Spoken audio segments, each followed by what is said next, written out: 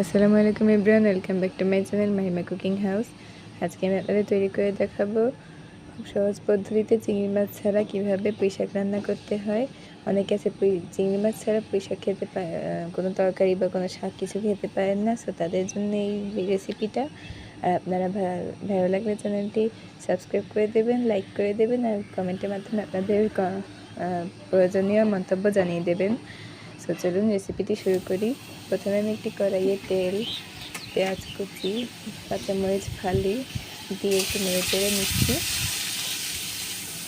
এতে এক চামচ রসুন বাটা, হলুদের গুঁড়া, লবণ 1 চামচ, হলুদের গুঁড়া 1/2 চামচ, মরিচের গুঁড়া 1/2 চামচ দিয়ে নেড়ে চেড়ে কষিয়ে নিয়ে এবার আমি শাক আর পুঁই শাক আলু দিয়ে দিচ্ছি। সব দেওয়া হয়ে গেলে